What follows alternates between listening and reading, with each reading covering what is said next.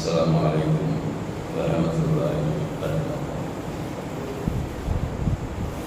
الحمد لله رب العالمين والعاقبة للمتقين والصلاة والسلام على رسول الله صلى الله عليه وسلم وآله وصحبه أجمعين أما بعد.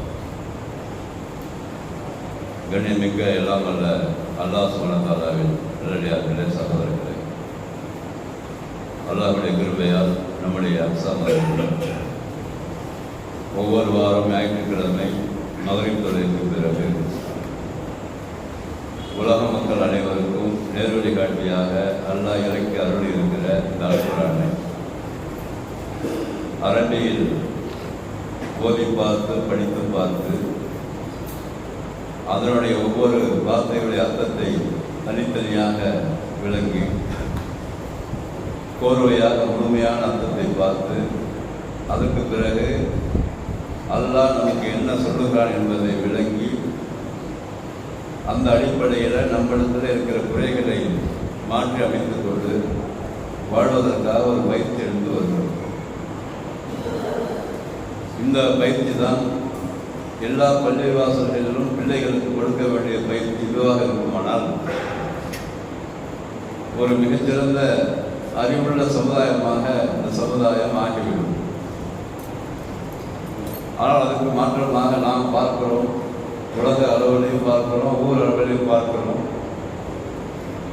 இந்த குர்ஆன் ஏதோ ஓதுவதற்காக இறக்கப்பட்டது என்ற அடிப்படையில் தான் பெரும்பாலும் சொல்லிக் கொடுக்கப்படுகிறது. பிள்ளை ஓதிவிட வேண்டும், குர்ஆனை எப்படியாவது முடித்துவிட வேண்டும், குர்ஆனை ஓதுவதற்கு ஆரம்பித்தால் எல்லோருக்கும் இனிப்பு வழங்க வேண்டும், குர்ஆனை கையில் எடுத்துதான் என் மகன் இந்த சாக்கெட்டு கொடுக்க வேண்டும். அதுக்கு பிறகு குர்ஆனை ஓதி பிடித்து விட்டால் திருப்பி ஒரு ஏதாவது விருந்து வைக்கணும், அந்த சாக்கெட்டு கூட ஏதாவது ஒன்று என்னென்ன நினைக்கிறாங்கன்றாக்கா பேரண்ட்ஸ் சொல்கிறேங்க.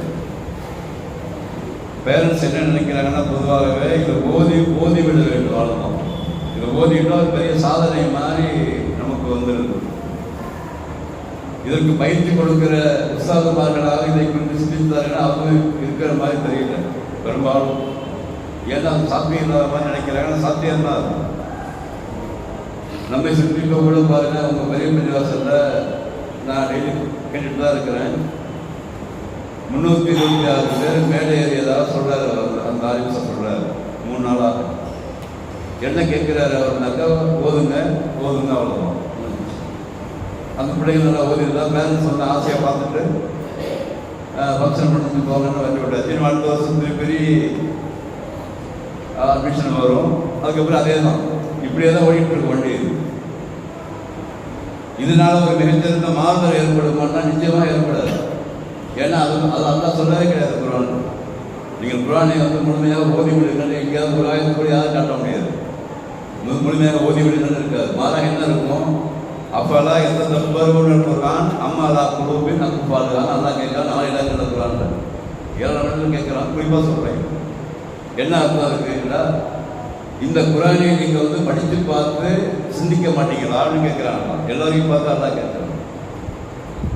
இப்போ நான் பேசுகிறேன்ல, இப்போ நாங்கள் இப்போ அக்ஸா பள்ளிவாசலில் ஒரு ஆலிமாஸ் ஆரம்பிச்சிருக்கோம் பெண்களுக்காக வேண்டி. அதில் நாங்கள் புதிய முயற்சியாக இந்த சட்டம் தானே பார்த்தோம். நாங்கள் மக்கள் அரசால் இல்லை, அது சட்டம் கிடையாது, முடியல அவங்களால. மிச்சாரம் மாற்றி அமைப்பாங்க வருங்காலத்தில். அப்போ நம்மகிட்ட படிக்கிற ஒரு 26 மாணவிகளுக்கு இந்த சிஸ்டம் கொண்டு வர முடியுமான்னு பார்த்தோம். நாங்கள் எப்படி முதல்ல ஓதி பழகுதல், படிப்பு பழகுதல், வார்த்தைக்கு அர்த்தம் சொல்லிக் கொடுத்தல், அந்த வார்த்தைக்கு அர்த்தத்தை மனப்பாடம் செய்ய வைத்தல், பிறகு அதை குறித்து பேச வைத்தல், இந்த 4 வகையான ட்ரைனிங் கொடுக்கும்போது மாஷா அல்லாஹ் அல்லாஹ்வுடைய கிருபையால சரியாக அந்த பெண்கள் இன்றைக்கு படிக்க நம்ம மதரசால படிக்கிற பெண்கள் தெளிவான குர்ஆனை ஓதக்கூடியவர்களாகவும் அர்த்தத்தை விளங்கக்கூடியவர்களாகவும் கோர்வையாக அர்த்தம் வைக்கக்கூடியவர்களாகவும் அதை ஸ்பீட் பண்ணக்கூடியவர்களாக மாறி இருக்கிறார்கள். எல்லாருக்கும் அல்லாஹ் எல்லாம் பண்ணணும். அப்போ முயற்சி பண்ணினால் அது சாத்தியம்தான். முயற்சி பண்ணாமையே சாத்தியம் இல்லை. இது நம்ம சொல்லக்கூடாது. முயற்சி பண்ணி பார்க்கணும். அதை முயற்சி பண்ணி பார்த்து வரக்கூடிய பிள்ளைகள் நம்முடைய அம்மானத்து என்று கருதி உற்சாகமாக சொல்லிக் கொடுக்கிறேன். கமலத்தை இருக்கிறது. இந்த சிஸ்டத்தை முதல்ல மாற்றணும், எல்லா பள்ளிவாசல்களையுமே மாற்றணும். மாற்றி வரக்கூடிய மாணவர்களுக்கு முதல்ல அலிஃப்லா ஓதி கொடுத்து விட்டு எப்போ குரானுக்கு போயிட்டாங்களோ நல்லா படிக்க தெரிஞ்ச பிறகு அவர்களுக்கு ஒவ்வொரு வார்த்தையும் அர்த்தம் சொல்லி கொடுத்து ஒரு நோட்டு போட வச்சு ஒரு நாளைக்கு ஒரு வார்த்தை போதும். அல்ஹம்து எல்லா போகலாம், அல்லா விசிறிவிட்டதே போதும். அது விளையாண்டு படிச்சு கொஞ்சம் நாளுக்கு. இப்போ அர்த்தம் தெரியாதனால பிரச்சனை வருது. ஆலிம் சாக்களுக்கு அர்த்தம் தெரியல, சொல்லிக் கொடுக்குற உற்சாகத்துக்கு அர்த்தம் தெரியாது, ஓதுற இமாமுக்கு அர்த்தம் தெரியாது. அப்புறம் எப்படி அல்லா என்ன சொல்ல எப்படி புரியும்? அதனால தான் இந்த குரானை இப்படி ஓதி படித்து விளங்கி சிந்தித்து பார்க்க வேண்டிய இந்த முயற்சியில் தான் நம்மளும் தொடர்ந்து இந்த கிளாஸில் நடத்தி கொண்டிருக்கிறோம் பொதுமக்களுக்காக வேண்டி. அதில் சொல்ல ஆறாப்புடைய 42 வருஷங்கள் நம்ம பார்த்துருக்கிறோம். ஒவ்வொரு வார்த்தையை அர்த்தம் வச்சு பார்த்தோம், உள்ள கருத்தை பார்த்துருக்கிறோம், அதுலேருந்து கிடைக்கிற படிப்பனையை பார்த்துருக்கிறோம். அதன் மூலமாக அமல் செய்ய நம்ம முயற்சி பண்ணிட்டு இருக்கிறோம். இந்த பயிற்சி பொதுமக்களுக்கும் ஏற்படுத்த வேண்டும். அதில் வரக்கூடிய சகோதரர்கள் கம்மியாக இருந்தால் அதெல்லாம் பிரச்சனை கிடையாது, ஒரு ஆள் தானே போதும். அப்போ இது மாதிரி தான் இதை செய்யணும். தான் உலமாக்கள் என்று சொல்லிக் கொள்பவர்கள் உஸ்தாதுமார்கள் இன்னும் தான் இன்னும் செஞ்சாங்கன்னாக்கா அவங்களுக்கு முதல்ல மாற்றம் ஏற்படும். யார் சொல்லிக் கொடுக்குறாங்களோ அவங்கள்ட்ட முதல்ல மாற்றம் ஏற்படும், பிள்ளைகள் மத்தியில் மாற்றம் ஏற்படும். அந்த சிறிய முயற்சியை தான் நம்ம தொடர்ந்து செஞ்சு கொடுத்துருக்கோம். போன வாரம் நம்ம பார்த்தோம் 42வது வருஷத்தில் என்ன பார்த்தோம். போன வாரம் சொன்னாக்கா யாரெல்லாம் இந்த உலகத்தில் வல்லதீன ஆமனு வஅமிலு ஸாலிஹாத், யாரை நம்பிக்கை கொண்டு அந்த நம்பிக்கைக்கு தோதுவாக நல்ல அமல் செய்கிறார்களோ அவர்களுக்கு என்ன இருக்குதுன்னு சொன்னால் நல்லா சொன்னான், அவர்களுக்கு சொர்க்கம் இருக்கிறது. அவர்களுக்கு இந்த உலக வாழ்க்கையில் அவங்க தாங்க முடியாத அளவுக்கு கஷ்டம் கொடுக்க மாட்டோம், நல்லா உறுதி கொடுக்குறாங்க. யார் நம்பிக்கை கொண்டு நல்ல செய்கிறாங்களோ அவங்க இந்த உலகத்தில் நீங்கள் வீண் போக மாட்டீங்க, உங்களுக்கு தரப்படுகிற எல்லா துன்பங்களுமே நீங்கள் தாங்கிக் கொள்கின்ற அளவுக்குள்ள துன்பங்கள் தான் அப்படின்னு சொல்லிட்டு உலகிக்கு அஸ்ஹாபுல் தான் அவர்களெல்லாம் சொர்க்கத்துக்கு போக போகிறாங்க. காலிதீனா பியா, அங்கே நிரந்தரமாக இருக்க போகிறாங்க. நல்லா சொல்லியிருந்தான் அந்த 42.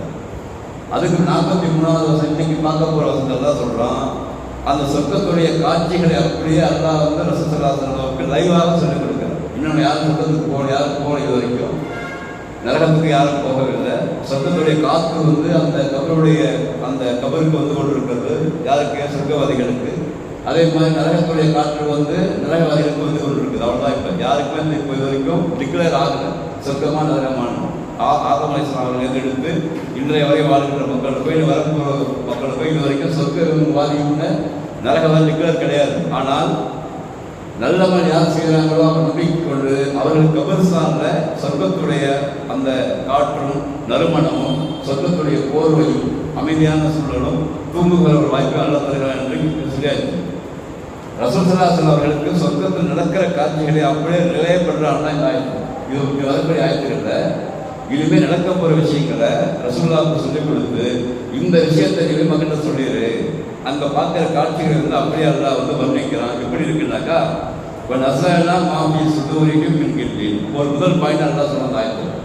இந்த உலக வாழ்க்கையில் நம்பிக்கை நல்லா செய்கிறாங்கல்ல, அவங்க உள்ளத்தில் குரோதம் இருக்கும். எல்லாருக்கும் குரோதம் இருக்கும். நம்பிக்கை கொண்டு நல்ல செயல் செய்தால் அவங்களுக்கும் குரோதம் இருக்கும். அந்த உலகத்தில் குரோதம் என்னது? ஒரு வெறுப்பு உணர்ச்சி அல்லது ஒரு பகை உணர்ச்சி அல்லது தவறான எண்ணங்கள் இவங்களுக்கும் இருக்குன்னு அர்த்தம். யாருக்கு? நம்பிக்கை கொண்டு நல்ல செயல் செய்கிற அவர்களுக்கு இருக்கும். ஆனால் நாம் அதை சொர்க்கத்தில் எடுத்து விடுவோம். நஸ்ரானின்னு சொன்னாக்கா முழுமையாக கலற்றி விடுவோம். அந்த எண்ணங்கள் அவங்களுக்கு சொர்க்கத்தில் போகும்போது இருக்காது. முதல் பாயிண்ட். அடுத்ததாக தஜ்ரீபின் தஸ்பீஹிமுல் அன்ஹார், இப்படி அவங்க உள்ளத்தில் இருக்கிற அந்த குரோதத்தை எடுத்து விட்டு அங்கே அவர்களுக்கு கீழே ஆறுகள் ஓடிக்கொண்டிருக்கும். இதெல்லாம் கற்பனை பண்ண முடியாது. உட்காந்துக்கிட்டு மேலே நம்ம உட்காந்துருப்போம், கீழே ஆறு ஓடணும்னா நம்ம குளத்தில் உட்காந்து கற்பனை பண்ண முடியாது. அதனால அப்படியே சொல்லிக் கொடுக்குறாங்க. இவங்க சொல்லியிருக்கேன்னு சொல்லி சொல்லுவாங்க. அப்போ மேலே இவங்க இருப்பாங்க, குரோதம் நீக்கப்பட்டு உட்காந்துருப்பாங்க, அவங்களுக்கு கீழே ஆறுகள் ஓடிக்கொண்டிருக்கும். அப்போ அவங்க சொல்லுவாங்களாம், ஒகாலும் அல்ஹம்துலில்லாஹ். பார்த்துங்க, சொர்க்கத்தில் சொல்லுகிற வார்த்தை தான் நம்ம அதிகமாக சொல்ல வேண்டும். உலகத்தில் அவங்க எல்லாம் சொல்லுவாங்களாம், அல்ஹம்துலில்லாஹ், எல்லா புகழும் என்னை படைத்து வளர்த்து பரிமாற்றம் செய்கிற அல்லாஹ்வுக்கு தான் சொல்லுவாங்க. அல்லது அவன் யாருன்னு சொன்னான், அதான் அல்லாஹ், அவன் தான் எங்களுக்கு நேர்வழி கொடுத்தான். அந்த நேர்வழி இதற்காக அல்லாஹ் எனக்கு நேர்வழி கொடுத்தான்னு சொல்லுவாங்க. அந்த வார்த்தை அப்படியே இருக்கிறாங்க. எதுக்காக? இந்த சொர்க்கத்துக்கு கீழே நம்ம இருப்பதற்காகவும், சொர்க்கத்தில் இருப்பதற்காகவும், அங்கே இருக்கிற இன்பங்களை அனுபவிப்பதற்காகவும், உள்ளத்தில் இருக்கிற குரோதத்தை நீக்குவதற்காக தான் எனக்கு அல்லாஹ் நேரடி கொடுத்தான்னு நாங்கள் சொல்லுவாங்க. வமாக்குன்னா எனக்கு தெரிய நாங்கள் ஒருவேளை நேர்வழி பெறாமல் இருந்திருந்தால் அங்கே சொல்கிற வார்த்தை இதுதான். ஒமா முன்னாடி நட்பீங்க கதானாலி ஹாதா அல்லாஹுக்கு சுமந்தாரா எங்களுக்கு இந்த நேர்வழி தந்த காரணத்தினால்தான் நாங்கள் இங்கே வந்திருக்கிறோம் அப்படின்னு சொர்க்கவாதிகள் சொல்லுவார்கள்.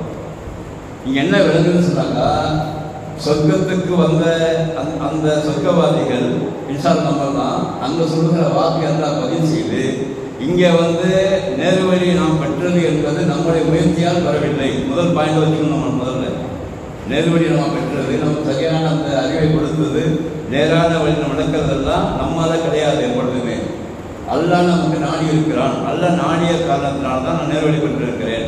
இந்த நேர்வழி எதற்காக?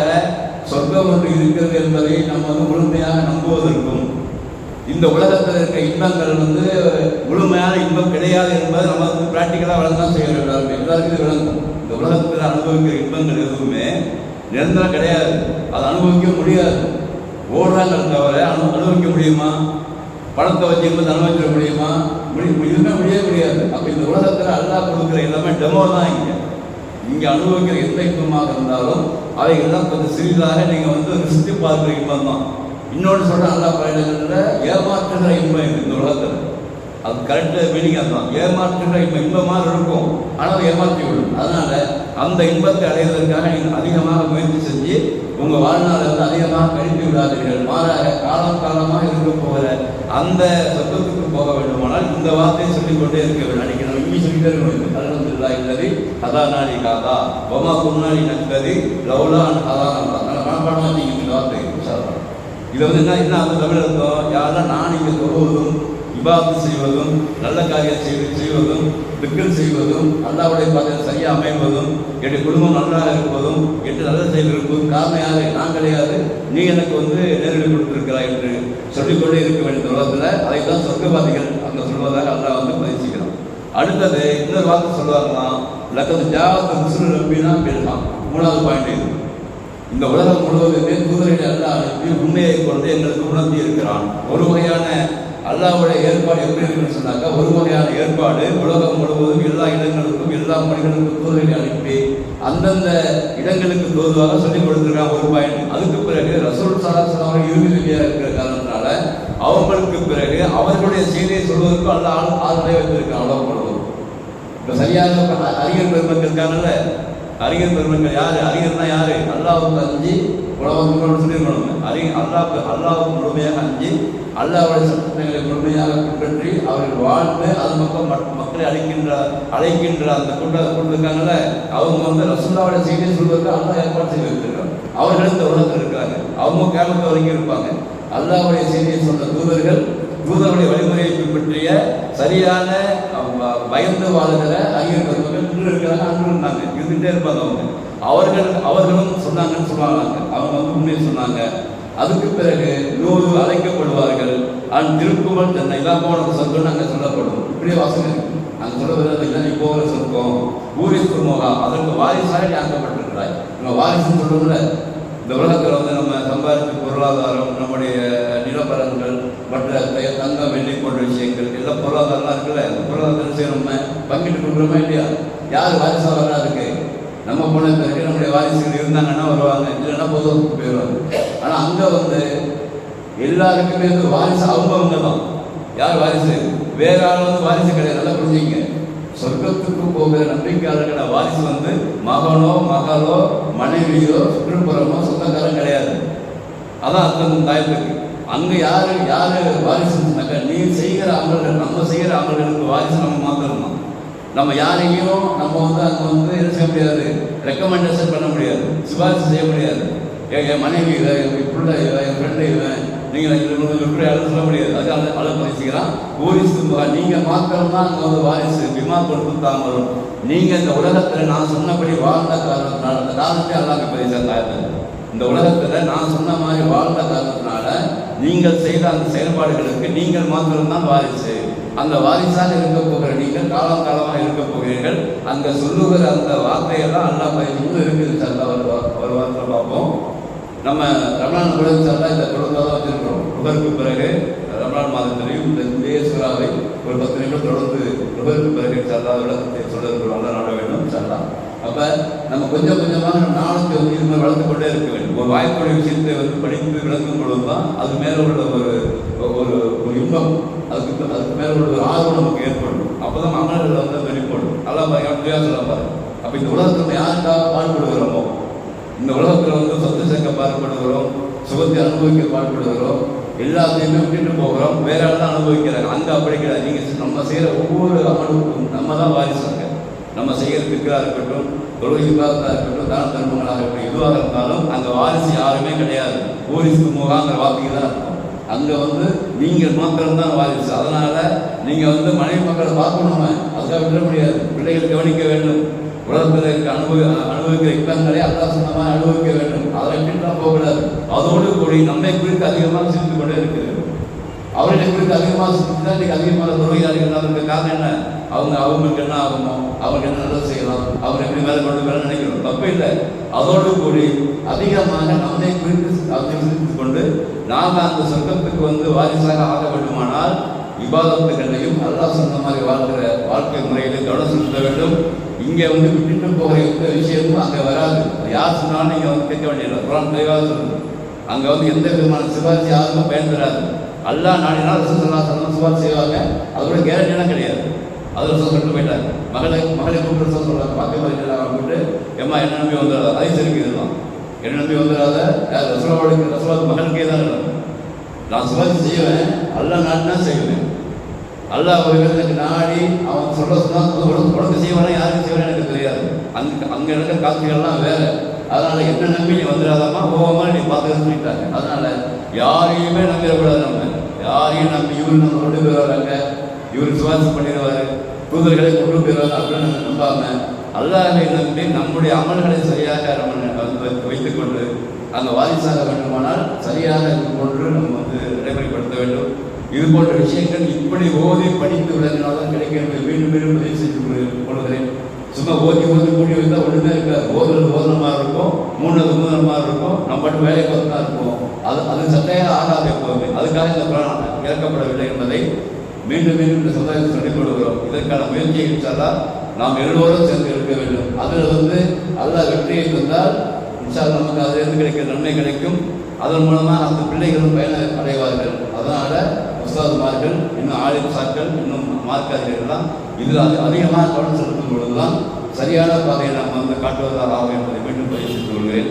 இந்த குரானை படித்து ஓதி விளங்கி